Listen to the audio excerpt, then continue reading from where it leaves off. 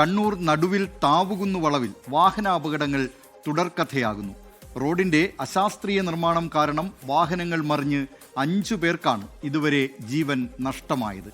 അപകടത്തിലേക്ക് റോഡ് പണിയല്ലേ എന്നാണ് നാട്ടുകാർക്ക് പറയാനുള്ളത്.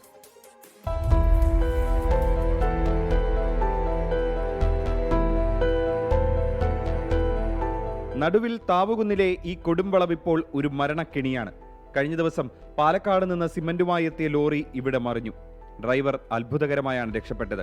ആഴ്ചകൾക്ക് മുൻപ് കുഴൽക്കിണർ നിർമ്മാണ തൊഴിലാളികൾ സഞ്ചരിച്ച ലോറി മറിഞ്ഞ് ഒരു അതിഥി തൊഴിലാളിക്ക് ജീവൻ നഷ്ടമായിരുന്നു. ഈ വളവിൽ നിയന്ത്രണം നഷ്ടമായി മറിഞ്ഞ് ഇതുവരെ 5 പേരാണ് മരിച്ചത്. ഗുരുതരമായി പരിക്കേറ്റവർ വേറെയും.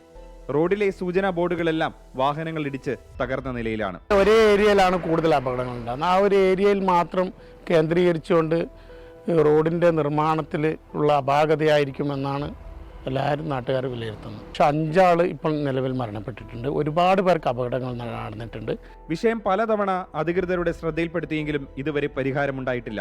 അപകട സാധ്യത ഇല്ലാതാക്കാൻ അടിയന്തര നടപടി വേണമെന്നും അല്ലാത്തപക്ഷം ജനകീയ പ്രതിഷേധവുമായി തെരുവിലിറങ്ങുമെന്നും ഇരിക്കൂർ MLA പറഞ്ഞു. നടുവിൽ പഞ്ചായത്തിലെ താവുകുന്നിൽ അപകടം ഒരു തുടർക്കഥയാവുകയാണ്.